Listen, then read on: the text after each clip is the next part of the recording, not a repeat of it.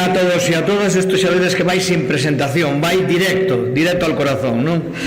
Moi bo día a todos e a todas.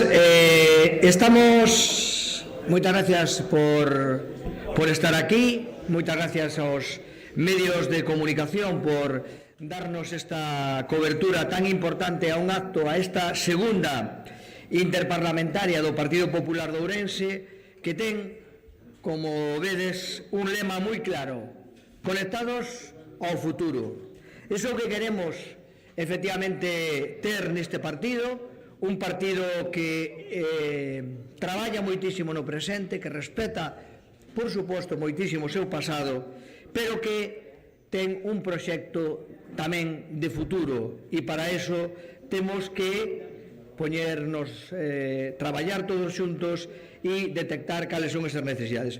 Pero antes de nada, permitídeme que saúde a magnífica representación dun cargo moi importante no partido, que son os secretarios e secretarias xerais. Son os que mandan. Os presidentes estamos para outras cousas, pero os que mandan son os secretarios e as secretarias. Así que, en primeiro lugar, benvido, querido Miguel Tellado, secretario xeral do Partido Popular de España. Moitísimas gracias.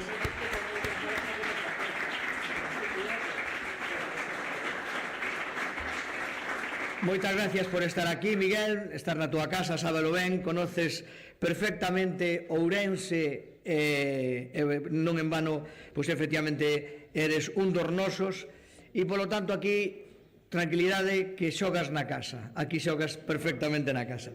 E temos que recoñecer tamén as nosas dúas secretarias xerais, ou xerales secretarias, que como se lles chama, que é por unha parte, pois por unha parte a nosa secretaria xeral autonómica, Paula Prado. Moitísimas gracias, Paula, por estar aquí.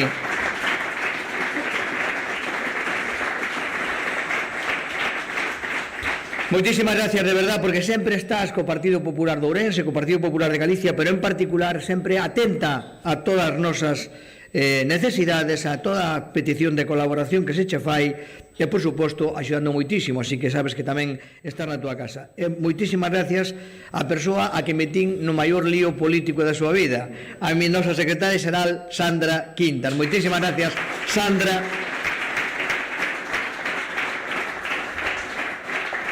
Por aceptar o reto e por estar sempre ao noso lado, levando o partido, un partido que funciona, un partido que está vivo, e eu creo que en moi boa medida é gracias á túa extraordinaria implicación. Por suposto, quero dar as gracias a todos os diputados nacionais, aos senadores, aos parlamentarios galegos e aos meus compañeiros da Diputación, aos deputados provinciales, por o traballo desenvolvido durante estes días con carácter previo a este acto que hoxe estamos a celebrar aquí neste magnífico marco, neste claustro fermosísimo de San Francisco, un das xollas, dos emblemas da nosa capital. Pois iso, moitísimas gracias por ese traballo previo e o traballo que culminamos no día de hoxe. Bueno, esta é a segunda interparlamentaria do Partido Popular. Creo que a foto que van a ver nos medios de comunicación di por sí sola, cando se fala de que unha imaxe vale máis que 1000 palabras. Unha imaxe como a de hoxe, con toda a representación que ten o Partido Popular a nivel de Congreso, Senado, Comunidade Autónoma e tamén Deputación, reflexa máis que nada quen representa a Ourense. A Ourense represéntano aquelas persoas que foron elexidas directamente por votación popular, e iso é indudable que o representan este magnífico equipo de compañeiros que forman parte das distintas cámaras e tamén da Deputación. Unhas persoas que traballan diariamente por esta provincia e que son que son os únicos que podemos falar en nome desta provincia, en nome, ben entendido, ca representación que se nos dá. Así que grupos que traballan no ámbito nacional, grupos que traballan no ámbito autonómico e tamén no ámbito provincial e, por suposto, local. Para que se fai a interparlamentaria? Lóxicamente, pois as interparlamentarias preséntanse como un lugar para intercambiar experiencias, para coordinarnos e para reforzar o traballo nas distintas cámaras legislativas a que facía referencia e tamén na corporación principal. Un xeito, en definitiva, de alcanzar obxectivos como os que pretendemos con estes encontros. Que é o que queremos trasladar cos mesmos? Pois queremos trasladar, en principio, que somos unha forza política perfectamente recoñecible, cunhas liñas básicas de actuación política perfectamente marcadas para a ciudadanía, e que todo o mundo ten que saber, cando fala cun representante do Partido Popular, cales son os nosos principios e os nosos valores. Pero tamén lle temos que ofrecer á ciudadanía non solamente o noso credo político ou eses principios e eses valores, senón tamén temos que ofrecer esa necesidade, esa resposta, ás necesidades que ten as persoas e que teñen os territorios. Por lo tanto, isto é o que buscamos fundamentalmente con esta interparlamentaria, é o que buscamos efectivamente con este traballo. Traballar desde o local ata o nacional, coordinándonos para establecer políticas común e propoñer iniciativas.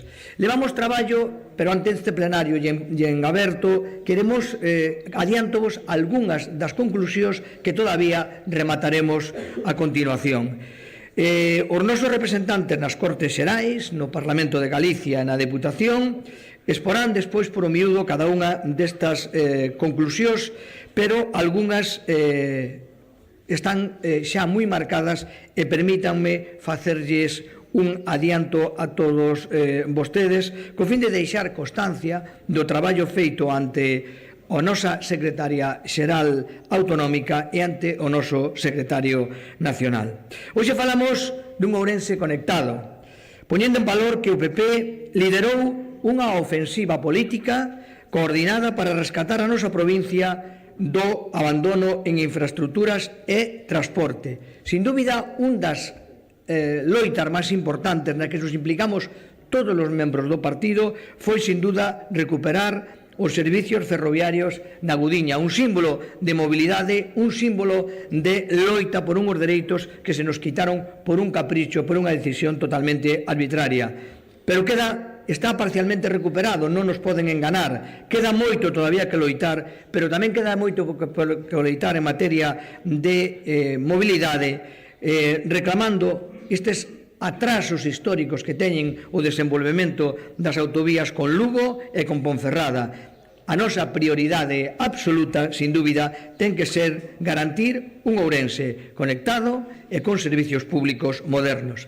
Pero tamén queremos un Ourense con futuro, un Ourense donde se loite por un desenvolvemento económico forte e cun emprego estable. Queremos actividade económica sólida, queremos loitar por as estructuras, queremos servicios estratégicos que actúen como ese motor de crecemento provisional. Somos unha provincia con risco de despoboación, pero estamos doblándolle a curva a ese risco e realmente estamos logrando que esta provincia volva a subir en poboación. Paseniñamente, pero estamos logrando. Por lo tanto, defendemos a nosa industria dunha maneira clave e os sectores clave frente a calquera posibilidade de deslocalización.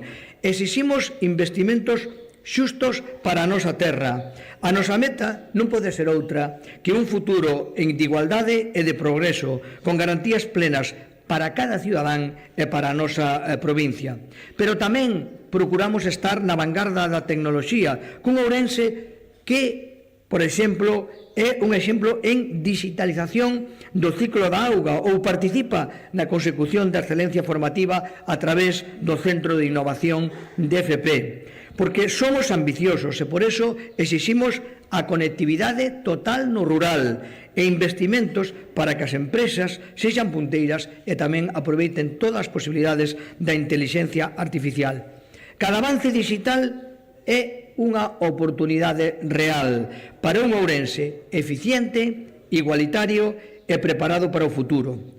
Non esquecemos, porque é un dos nosos piares fundamentais, o termalismo. Somos unha potencia en termal, a nivel autonómico, a nivel nacional, e tamén podemos serlo, porque non, a nivel internacional. Unha riqueza única, unha riqueza singular que nos pode convertir nun referente tamén desde este ámbito en materia de saúde.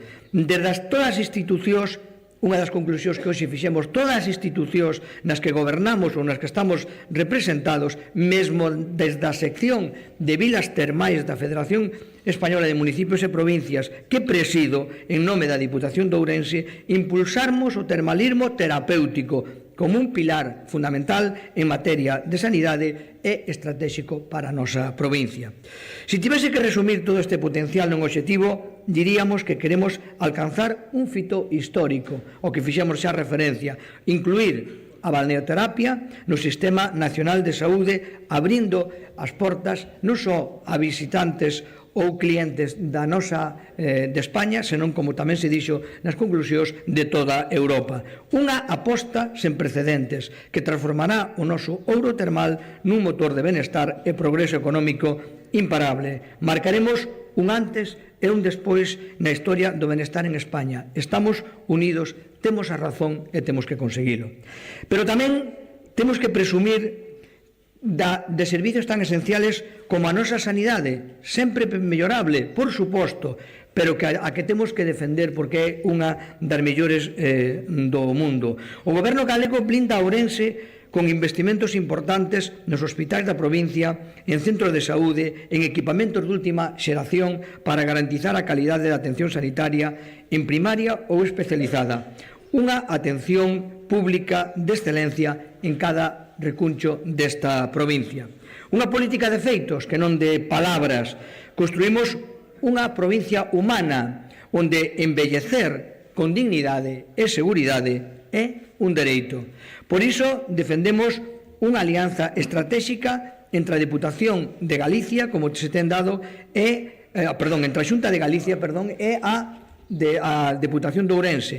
Conseguimos, como decíamos no traballo previo, que o 60% dos investimentos en equipamentos sociais se fixeran nesta provincia. Se crearan 400, ou este en proceso de creación, 400 novas plazas en residencias. Blindamos o cuidado especializado nesta provincia e próximamente no seguinte reparto ou distribución que se faga de novas residencias volverá Ourense a ter un protagonismo importante. Protexer os nosos maiores é para nós unha prioridade absoluta. Pero tamén queremos un Ourense vivo, un Ourense que mire cara ao seu rural, cunha folla de ruta clara. Queremos un rural vivo e competitivo, onde a remuda xeracional e a modernización sexan realidades, non promesas. Queremos blindar os nosos montes cun modelo de prevención integral e xestión activa da biomasa, protexendo o noso patrimonio natural. Exiximos unha transición ambiental xusta, que non asfixie os concellos e os produtores con exixencias desproporcionadas. E seguiremos loitando, ademais, por un servicio básico para a ciudadanía, máis aínda no rural, como é a seguridade. Por iso seguiremos loitando contra o desmantelamento de cuartéis da Guardia Civil nas zonas rurales. En definitiva, o PP traballa para que o rural ourensá sexa un escenario de presente, un escenario de futuro, donde as palabras innovación e calidad formen parte do seu ADN. Remato xa. Hoxe aquí, no claustro de San Francisco, non só poñemos de manifesto a amplísima, diría eu, representación política que ten o Partido Popular de Ourense nas institucións e tamén o incansable traballo que se fai nas mesmas por parte dos seus representantes. Deixamos constancia, sobre todo, do compromiso que asumimos para defender esta terra e as súas xentes desde as institucións públicas, porque somos a voz que reclama o que nos pertenece e a man que executa o que Ourense necesita, que a nadie se lle esqueza. As siglas únenos, o compromiso co futuro desta provincia e coa calidade de vida de cada ourensán e ourensá. Sigamos traballando con esa unidade e esa entrega para que Ourense sexa hoxe e sempre unha terra de progreso e benestar para todos. Moitísimas gracias.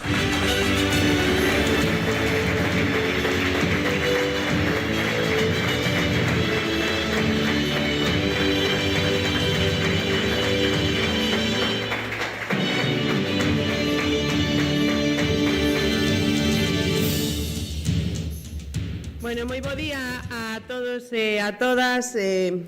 Hoxe non podo estar mellor acompañada que cunha ampla representación dos galegos e das galegas nas diferentes institucións, na Deputación, no Congreso, no Senado, no Congreso dos Deputados, pero tamén no Parlamento de Galicia.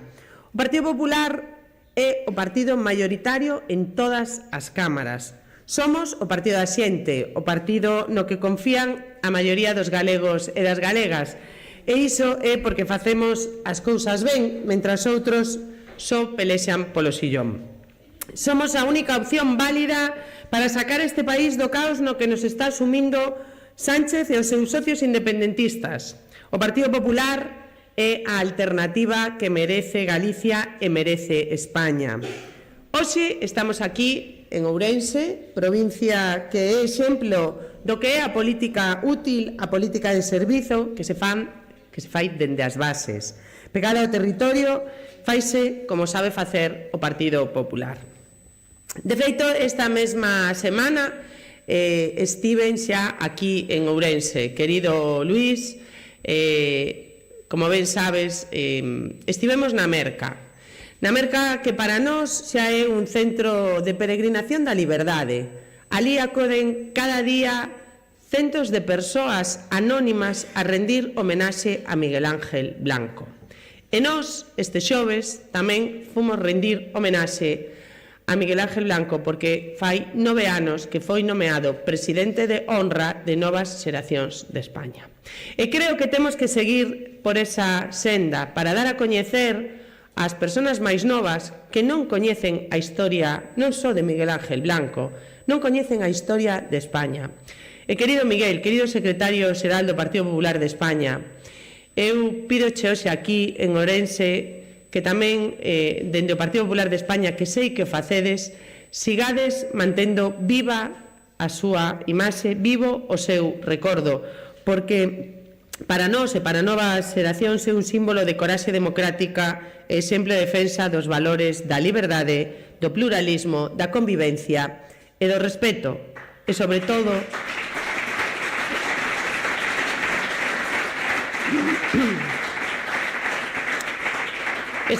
nesta semana onde vimos como escarcelaban a ex-xefa de ETA, a Amboto. Para todos foi un golpe durísimo, non só para as familias e para as víctimas, para todos os españois que vivimos aqueles momentos e que debemos de trasladar ás novas xeracións o que supuso ETA na historia de España e non só falar de memoria histórica nos termos que queren falar os da esquerda. A memoria histórica é esta tamén. A memoria histórica de España tamén ten que contemplar o terrorismo ao que nos someteron durante moitos anos os de ETA. E houbo 68 galegos e galegas asasinados pola banda terrorista ETA e eso non o imos esquecer nunca. Este é o Partido Popular, o que traballa con sentidiño en calquera lugar e para todos, e tamén somos o partido do rural, o partido que goberna no 60% dos concellos de menos de 5.000 habitantes en Galicia. Un rural que quere seguir conectado, que quere seguir medrando, que quere dignidade, e isto, por desgraza, con Sánchez non é posible. Temos 40 deputados e deputadas no Parlamento de Galicia que tamén traballan día a día por esa política útil. E Galicia non pode estar mellor representados en Madrid, con 13 deputados e deputadas nacionais e 14 senadores e senadoras que traballan arreo para que os agravios coa nosa comunidade autónoma rematen dunha vez por todas. Ademais, agora están encabezados polo noso secretario xeral, Miguel Tellado, que tamén é deputado no Congreso, e que estamos encantados sempre de recibirte aquí en Galicia, querido Miguel. Eu, ao igual que decía Luís, non? Os secretarios xerais, pois efectivamente, estamos para dar a cara polo partido, para facer a veces o traballo menos agradable, pero tamén para axudar aos nosos presidentes, ao presidente provincial, ao presidente, por suposto, Rueda, e ao presidente Feijóo, ao que sabemos facer sempre no Partido Popular, que é a gañar eleccións a través do traballo do día a día, pegados ao territorio, escoitando a xente, que é o que mellor sabemos facer no Partido Popular. E somos un equipo preparado para os retos electorais que veñen por diante. Un equipo que defenda a Galicia e os galegos por riba de todo. E falamos de defensa porque é o que nos toca ante os ataques frontais do Goberno de España. Un goberno á deriva, máis preocupado das súas leas internas e das súas corruptelas que dos problemas da cidadanía. Un goberno que temos que desalosar da Moncloa dunha vez por todas. Sánchez e os seus socios independentistas son a ruína de España e de Galicia e non o imos permitir. Deberían copiar, pero que o fagan ben, o modelo galego. Temos un goberno encabezado polo presidente Alfonso Rueda que é garantía para os galegos e galegas. Garantía fronte aos continuos ataques do Executivo Central que non defende Galicia. Porque o Partido Popular é o partido da xente que quere seguir construindo o seu futuro aquí con servizos e calidade de vida. Nós sabemos de xestión, nós sabemos facer as cousas ben en Galicia. E non quero esquecerme dos cómplices de Sánchez, por suposto. Un independentismo galego máis preocupado das pancartas e do conflicto que de mirar por Galicia. Nós, os fines de semana, reunímonos para traballar, para mirar cales son os problemas dos galegos e das galegas e como lle podemos dar solución. Outros reúnense pois para o de sempre, para o alboroto, para a pancarta, para a manifestación. Un BNG que lle dou o sí a Sánchez a cambio de nada para Galicia. Ese é o BNG da señora Pontón. Non a todo, non a Galicia e sí a todo o que diga Sánchez, deixando a deriva aos galegos e galegas. E non quero esquecerme do Partido Socialista de Galicia, cun emisario que non pinta nada. O señor Besteiro e os seus non fan nada por Galicia. Non teñen credibilidade, non teñen nin voz en Madrid. Como saben, hai moitas cuestións que afectan a nosa comunidade e que dependen do Goberno Central. Cuestións que non van mellorar nin co PSOE nin cos seus socios. A falta de boas infraestructuras, a merma de efectivos de corpos e forzas de seguridade do Estado, a falta de apoio a proxectos industriais, a débeda dos fondos da dependencia ou o boicot das novas medidas. En definitiva, todos eses agravios que levamos sufrindo co presidente que máis dano lle fixo a Galicia, Pedro Sánchez. E permitídeme que me paren algún deles, algún xa falou o presidente provincial, pero eu quero facer referencia a algúns, porque vos, queridos compañeiros do Congreso, do Senado, e querido Miguel, que o teñades claro, aínda que a coordinación é absoluta e o sabedes ben, pero eu lamento decir aquí que creo que non se van solucionar mentras siga Sánchez no goberno e que só o cambio de goberno e ter un presidente galego e de Ourense, Alberto Núñez Feijóo, pode poñer remedio a todos estes agravios e a todas estas cuestións que vou a facer un breve relato. En primeiro lugar, quero felicitar os compañeiros e compañeiras de Ourense que non baixaron a garda para defender un tren digno con frecuencias na parada para Gudiña que Sánchez se empeña en suprimir. Manifestámonos para que deixen de mangonear as nosas conexións ferroviarias e non imos parar. A nova parada na Gudiña non supón unha recuperación dunha frecuencia, supón un cambio de horario. E nós non queremos un cambio de horario, nós queremos máis horarios e máis frecuencias, que non nos enganen. Seguiremos demandando ao goberno que cumpra, insisto, con mellores horarios e con máis frecuencias. Demandando que remate as obras no treito Lugo-Monforte-Ourense e se promova a electrificación da liña. Tamén seguiremos facendo escudo cun tema que nos preocupa e que levamos tempo denunciando. O Goberno Central non cumpre ca súa financiación ca lei da dependencia. Dos 733 millóns de euros destinados neste ano ao financiamento da dependencia, máis de 492 millóns de euros eran da Xunta e os 241 do Estado, o que supón unha diferencia de 250 millóns de euros. A contribución estatal, en lugar de medrar, sigue baixando ano a ano. Non contentos con esta merma, a cuestión do financiamento agrávase co trato desigual por parte do Goberno.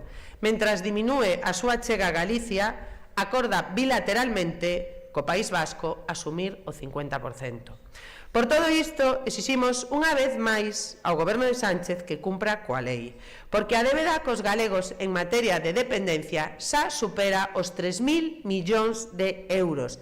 É vergoñento. Tamén seguiremos exixindo que fagan os deberes en materia de vivenda. A primeira preocupación dos galegos, que, por certo, o presidente Rueda sí que atende. Facilitar o acceso á vivenda é unha prioridade máxima do Goberno galego nesta legislatura. É unha parte moi importante deste esforzo, céntrase no rural. Por que? Porque queremos fixar poboación e porque queremos dar oportunidades para vivir e para emprender no rural. A Xunta actúa con medidas concretas para que vivir no rural sexa unha opción real e accesible. Vivir no rural, pero vivir do rural tamén. E Sánchez, onde está? Onde están as súas vivendas para Galicia? Pois en ningún lado. Era propaganda barata. Non quero esquecerme de mencionar algunhas das corruptelas e leas de Sánchez. Soy feminista porque soy socialista. Era o lema, non? Pois eu pregunto, como non lles dá vergoña? Sánchez e Marlaska están provocando a reducción de axentes en Galicia e poñendo en perigo as víctimas de violencia de xénero, porque a súa protección depende tamén, como non, do número de axentes destinados a esa labor. Non nos sorprende nada xa do partido dos da lei do solo sí e sí, que sacou á rúa a violadores, pederastas e agresores sexuais, o escándalo das pulseiras antimaltrato, o escándalo do DAO, o uso da prostitución dos seus cargos, e aquí, en Galicia, metendo ao señor Tomé no poder, e gobernando en Monforte con concelleiros do Partido Socialista, e gobernando na Diputación co apoio do señor Tomé, o Bloque Nacionalista Galego e o Partido Socialista. E remato xa recordando a mala xestión do señor Sánchez coas medidas tomadas para paliar os efectos da guerra de Oriente Medio. Desde os seus despachos en Madrid decidiron tomar medidas necesarias, por suposto, pero sen ter en conta unha vez máis as comunidades autónomas, que son as que as van a financiar. Mentres en Galicia fixemos as cousas ben, o presidente Rueda anunciou esta semana no Parlamento que a Xunta destinará 270 millóns de euros para paliar esta crise. 150 millóns serán para atender aos sectores afectados e 120 millóns de euros destinaránse a financiar as medidas que puso en marcha o Goberno de España. Poránse en marcha medidas galegas para facilitar o circulante ás empresas que están traballando en Oriente Medio, para resolver as peticións nun prazo de 10 días, para resolver as axudas de inclusión social e para axudar con celeridade ao sector primario que tanto hai en Galicia. Como poden ver, en Madrid seguen colleitando éxitos. Non está o PSOE para dar leccións de nada, nin feminismo, nin responsabilidade, nin sección, nin boa política. Sánchez e os seus socios independentistas son a nada absoluta para Galicia. Non teñen nada que ofrecer e o Partido Popular vai seguir loitando para que teñamos o futuro de país que merecemos. Moitísimas gracias a todos por destinar esta mañán a traballar polos galegos e polas galegas.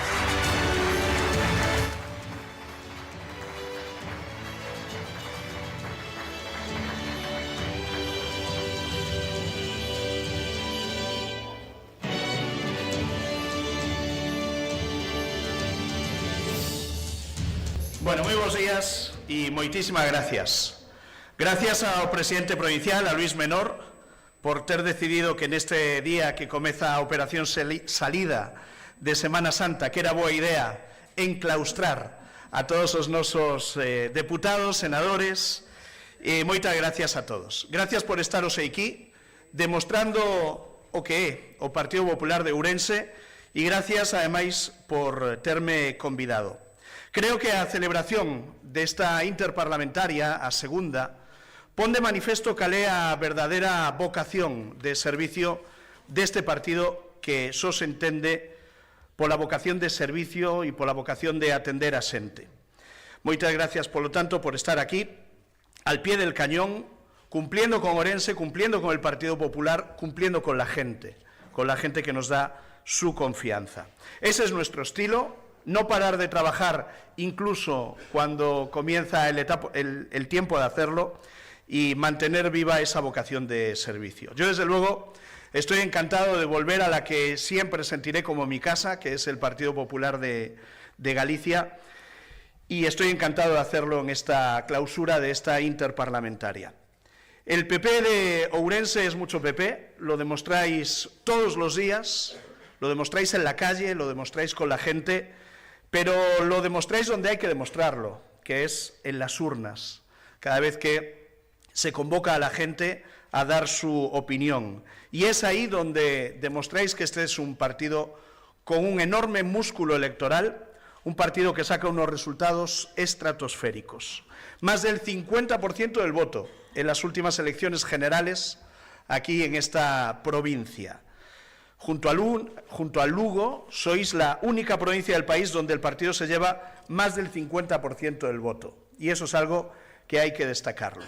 Es verdad que Lugo os aventajó unas décimas, pero estoy seguro de que Luis Menor se encargará de que eso no vuelva a suceder.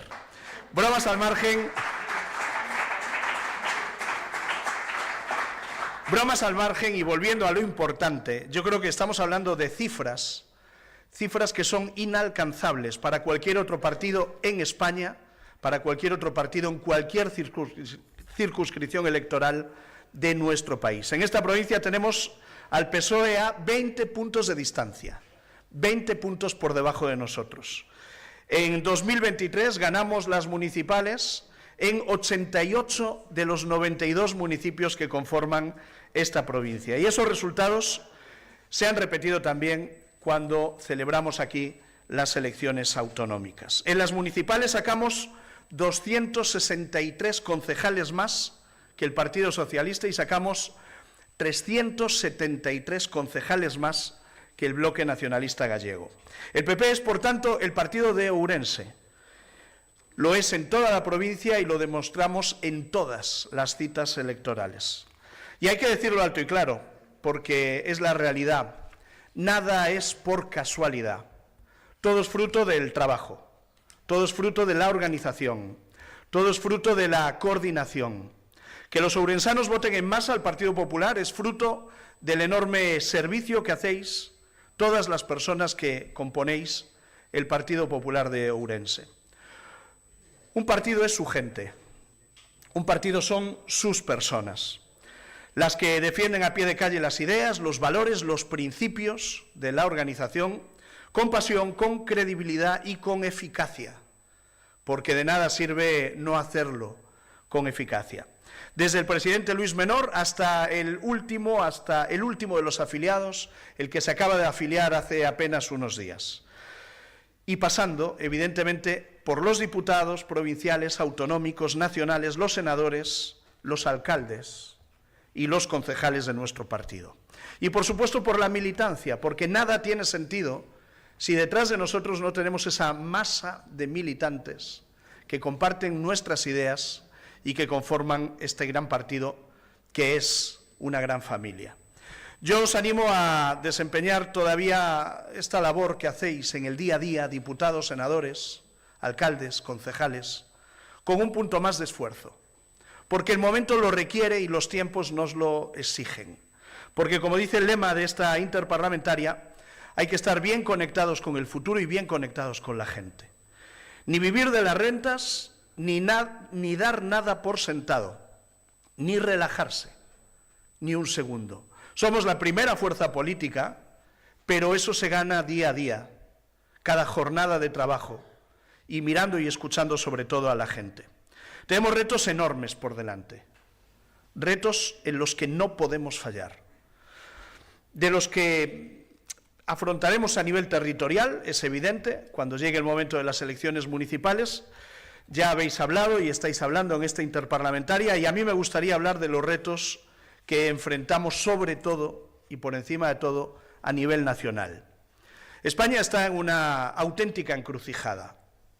No diagnosticarlo así es no ser realmente conscientes de los tiempos difíciles que vive nuestro país.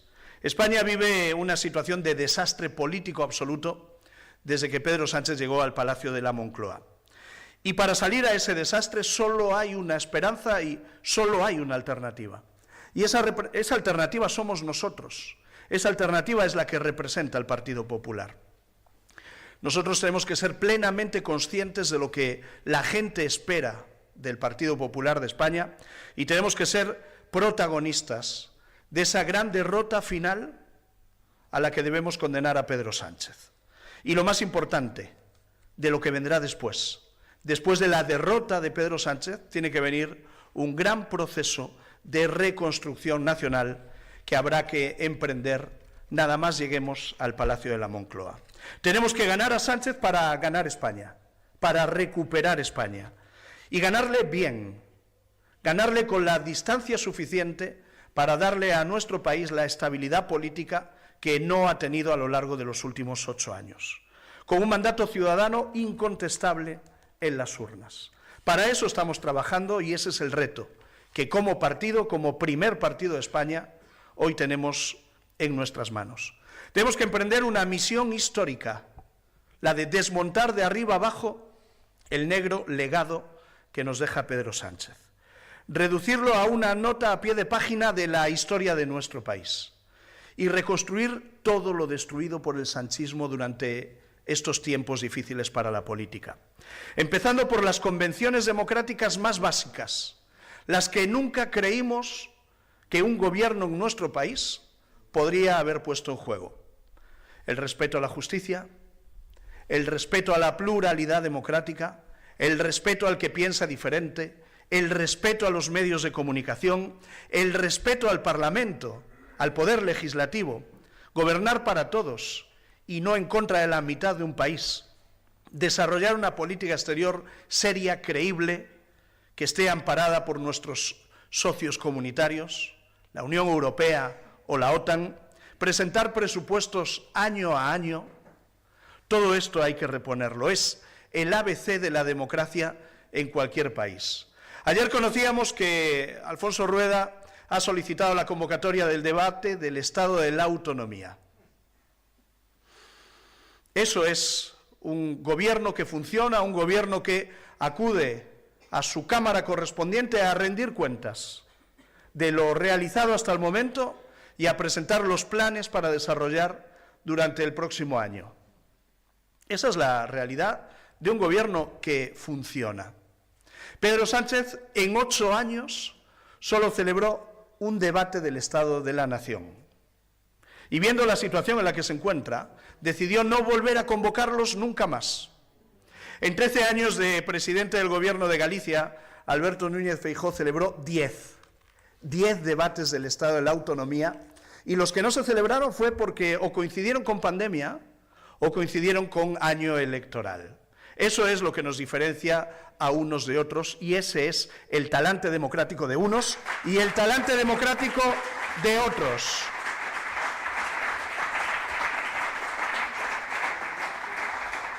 Es absolutamente inaceptable lo que está pasando en el Congreso de los Diputados desde que gobierna Pedro Sánchez. Lo que está haciendo la señora Armengol desde la mesa del Congreso.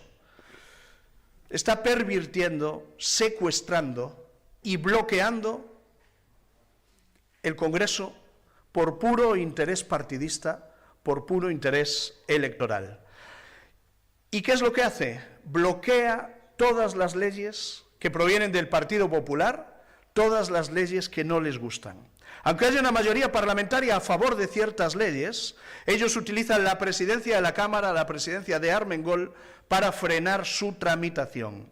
Ahora mismo tienen metidas en el congelador de Armengol nada más y nada menos que 56 iniciativas legislativas impulsadas por el Partido Popular. Se dice pronto, 56 leyes que podrían estar resolviendo problemas de las personas, bloqueadas única y sencillamente porque al Partido Socialista no le convienen o a los socios de Sánchez no le interesan. 56 leyes, se dice pronto. Están bloqueando leyes como las que desalojarían ocupas en 24 horas. 2 años lleva esa ley paralizada en el congelador de Armengol.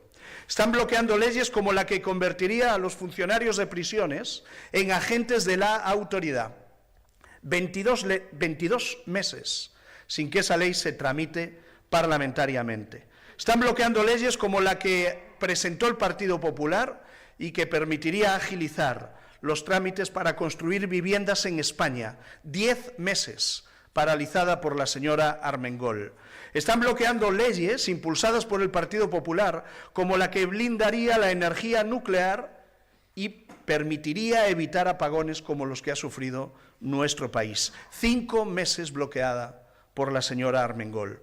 O están bloqueando leyes como nuestra ley de costas, que protegería los núcleos tradicionales costeros y que tienen bloqueado desde hace más de 1 año.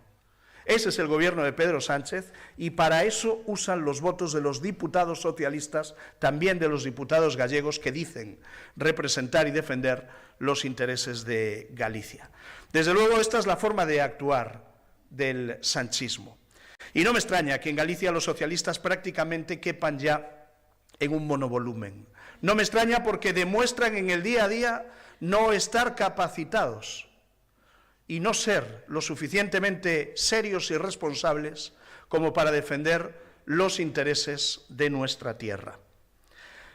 Hay en el Congreso de los Diputados un diputado del Bloque Nacionalista Gallego que se permite hablar en nombre de Galicia. Eso sí, cada vez que Sánchez presenta una iniciativa, le votan a favor a cambio de nada. Pues mire, nosotros tenemos 13 diputados en el Congreso de los Diputados, 14 senadores que representan a Galicia y esa sí es la voz de esta tierra, la voz de Galicia.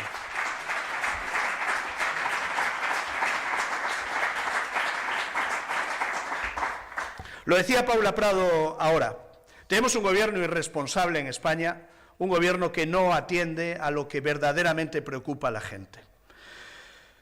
Le hemos visto presentar un decreto de ayudas para las personas, las familias afectadas por el conflicto de Oriente Medio. Tenemos un gobierno que no está a la altura, un gobierno que no actúa cuando hace falta. Han llegado a este decreto a rastras, forzados por la situación y tarde, como siempre ocurre. Han pasado 21 días hasta que el Gobierno presentó un Real Decreto de ayudas a las personas, a las empresas, a los perjudicados por este conflicto. Un decreto que llega a 3 semanas tarde, un decreto que llega cojo y un decreto que al final han conformado con alguna de las medidas que había presentado 20 días antes el Partido Popular y del que la exministra María Jesús Montero se burlaba a carcajada limpia. Nosotros tenemos que decirle que después de 3 semanas haciendo caja con los precios de la gasolina, haciendo caja con los precios de los alimentos, lo que pretenden es que sean las comunidades autónomas las que financien esas ayudas. Nosotros lo hemos dicho desde el primer momento, son insuficientes, llegan tarde y desde luego ponen de manifiesto que en España no hay un gobierno. A cambio hemos visto en el camino cómo el gobierno se desintegra. Hemos visto a ministros de Sumar chantajeando a todo un presidente del gobierno, diciendo que no entraban en la sala del Consejo de Ministros si el gobierno no incluía las medidas de Yolanda Díaz, las medidas de apoyo a los ocupas en nuestro país. Y todo un presidente tan valiente como Pedro Sánchez, que se enfrenta a Milei o se enfrenta a Trump, al final tuvo que sucumbir ante la fuerza imparable de Sira Rego, el señor Urtasun y Yolanda Díaz. Para lo que hemos quedado, señor Pedro Sánchez. Después de 3 semanas mofándose de las propuestas del Partido Popular para copiarlas con 20 días de retraso, copiarlas de forma incompleta, de forma chapucera, mezclándolas con otros asuntos que nada tienen que ver con esta crisis y sin incluir la bajada del IRPF que tanto necesitan las familias, los trabajadores y que desde el Partido Popular llevamos tiempo ya reivindicando. Hay que decirlo, tenemos un gobierno lamentable. Los españoles no se merecen un gobierno así de tramposo, así de egoísta y así de incompetente. Un gobierno que está provocando que nada de lo que depende de él funcione bien. Esta Semana Santa, de nuevo, se van a sufrir las deficiencias que ha provocado este desgobierno en la red ferroviaria y en la red de carreteras de nuestro país. Son los ciudadanos, al final, los que pagan las consecuencias de tanto desgobierno. Que en España nada haya funcionado durante 8 años tiene consecuencias. Lo saben bien las familias de las 46 víctimas de Adamuz.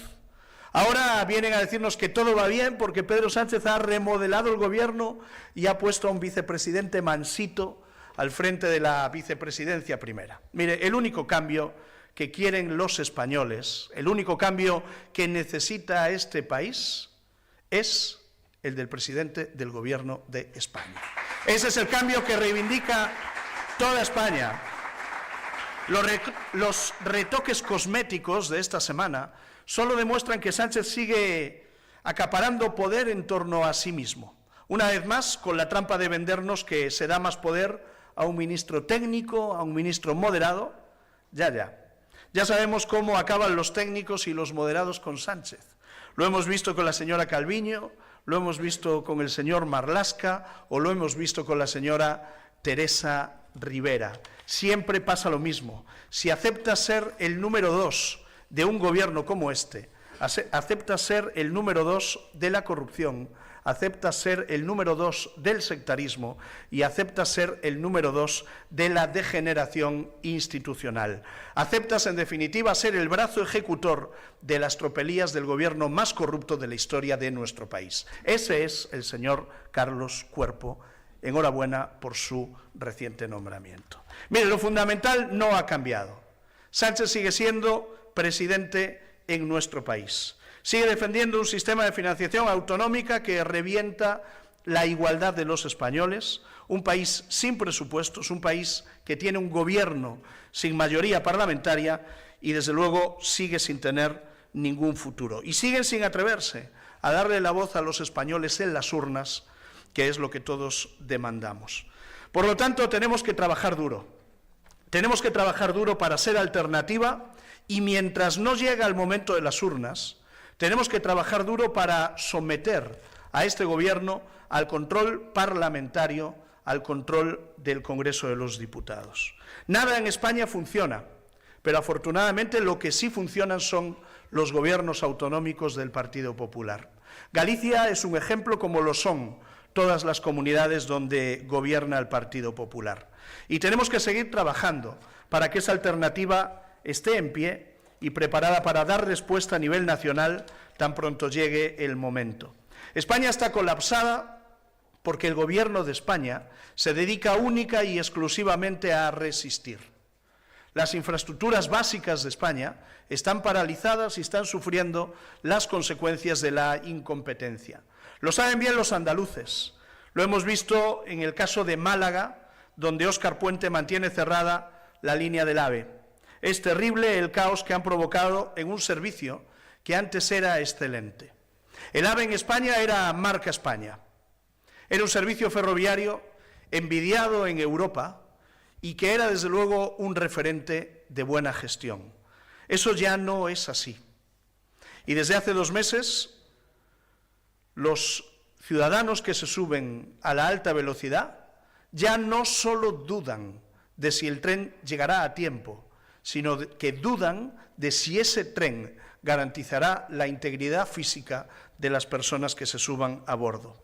Han pasado ya 2 meses desde el accidente de Adamuz y seguimos igual que al principio, sin ningún tipo de explicación, con muchas excusas, pero sin ningún tipo de explicación. Es una tragedia consecuencia del mal estado de una vía cuyo cargo estaba el gobierno de Pedro Sánchez. Era su obligación conservarla, la incumplieron y no asumen su responsabilidad. Nosotros tenemos que decirles que el PP llegará hasta el final en esto.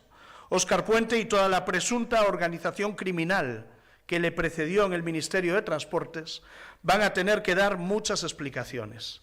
Lo van a hacer porque les obligaremos a comparecer en el Senado y a rendir cuentas en la comisión de investigación. A explicar allí qué es lo que verdaderamente ha pasado, qué han hecho con el dinero de los españoles, cómo es posible que la red ferroviaria haya sufrido este deterioro exprés en estos años. Y tenemos que llegar hasta el final. Se tiene que saber quién y cuándo va a pagar políticamente por este desastre que ha causado 46 víctimas mortales. Uno de los más dañinos de este gobierno, pero ni mucho menos el único. Tenemos un gobierno incompetente. Si lo mejor que tiene Pedro Sánchez para mandar a Andalucía es María Jesús Montero, que baje Dios y lo vea. La ministra más incompetente de Hacienda que ha tenido nunca nuestro país. Ella dice que es la ministra más poderosa que ha tenido nunca España. Yo creo que es la ministra más incompetente que hemos tenido nunca en nuestro país. 3 presupuestos en 8 años y en lo que va de legislatura absolutamente ninguno. Que lleve 4 años sin elaborar presupuestos es una barbaridad que no se da en ningún país desarrollado y que Pedro Sánchez pretende normalizar, pero no es normal. Sánchez no tiene presupuestos porque no tiene mayoría, ni tampoco tiene vergüenza. Sin presupuestos, sin mayoría y sin vergüenza, ese podría ser el lema de esta legislatura, que desde luego nunca debió haber comenzado y que lo mejor que le puede pasar a España es que finalice cuanto antes. Desde luego, si no presentan presupuestos, es porque se resisten a perder esa votación en el Congreso. Al final, Sánchez lo que dice es no a los presupuestos, no a la democracia, y nosotros tenemos que decirle que eso es inasumible. Todo lo contrario es lo que ocurre allí donde gobierna el Partido Popular, y Galicia es el ejemplo de todo ello. Aquí hay un gobierno que tiene una mayoría parlamentaria en el Parlamento de Galicia, un gobierno que es el resultado del apoyo inmenso, del apoyo apabullante de los gallegos. Como lo tiene Alfonso Rueda, lo tuvo antes Alberto Núñez Feijóo durante 4 legislaturas. Los gallegos nos eligen al Partido Popular porque somos un partido responsable, un partido que puede salir a la cara y mirar a los ojos de la gente, un partido que sabe que los gallegos quieren estabilidad, quieren buenos servicios públicos, quieren alivio fiscal y quieren honestidad por parte de quien les representa. Esa es nuestra receta y esa es nuestra responsabilidad. Lo decía el presidente Rueda recientemente en un acto en Madrid y creo que esta frase refleja perfectamente lo que somos como partido. Una mayoría absoluta también es una responsabilidad absoluta, porque no hay excusas. Tienes que hacer lo que te comprometiste a hacer. Y el Partido Popular de Galicia, con Alfonso Rueda al frente, lo dice y lo hace. Esa es nuestra forma de proceder. Somos el partido del dicho y del hecho. Por eso somos el partido que representa a la inmensa mayoría de gallegos. Confían en nosotros porque saben que no fallamos y porque lo hemos demostrado durante todo este tiempo. Acabo ya. Esto que sucede en Galicia con tanta naturalidad y de lo que ya nadie se sorprende, es lo mismo que queremos hacer en toda España. Es lo mismo que queremos desplegar pronto a nivel nacional, en cuanto Sánchez se atreva a convocar elecciones. Y es ese momento en el que le tendremos que dar un adiós definitivo a este gobierno que se está despidiendo a capítulos. Unos ya se han ido para perder elecciones, otra está en camino, y pronto el que tiene que despedirse es Pedro Sánchez. Para hacerlo solo debe convocar elecciones, porque estoy seguro que tan pronto las convoque, así las perderá. Pero para ganarlas con la contundencia necesaria que los españoles reclaman, os necesitamos a todos. Necesitamos que todo el partido esté en perfecto estado de revista, que estemos preparados para darle a los españoles lo que los españoles esperan de nosotros.